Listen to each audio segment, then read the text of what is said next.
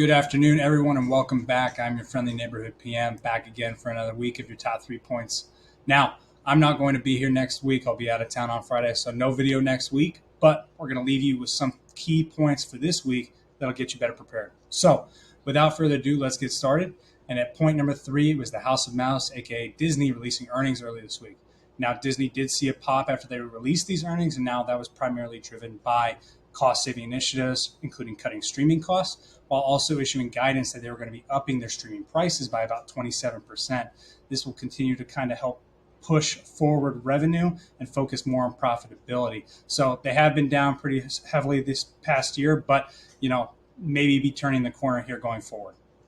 At point number 2, it was PPI numbers coming in hotter than expected. Now, this is primarily being driven this past month over services costs for these producers, namely hospital outpatient care increased over this past month as well. So there continues to be still some pressure on the upward side, driven primarily by services costs, like we have been seeing in the prior months for CPI, also now seeing it on the producer side as well.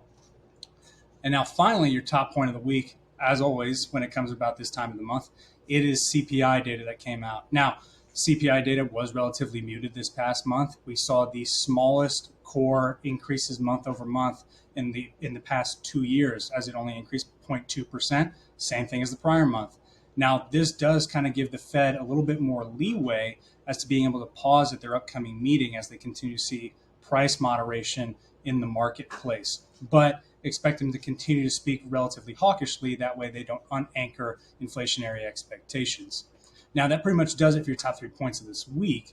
What are we looking to for next week, and what I will update you on when I get back is primarily retail sales next week. We want to see just how much of Prime Day kind of leaked into those numbers on the most recent data point, and if there's going to be some continued pressure on that inflationary number from stronger consumer demand.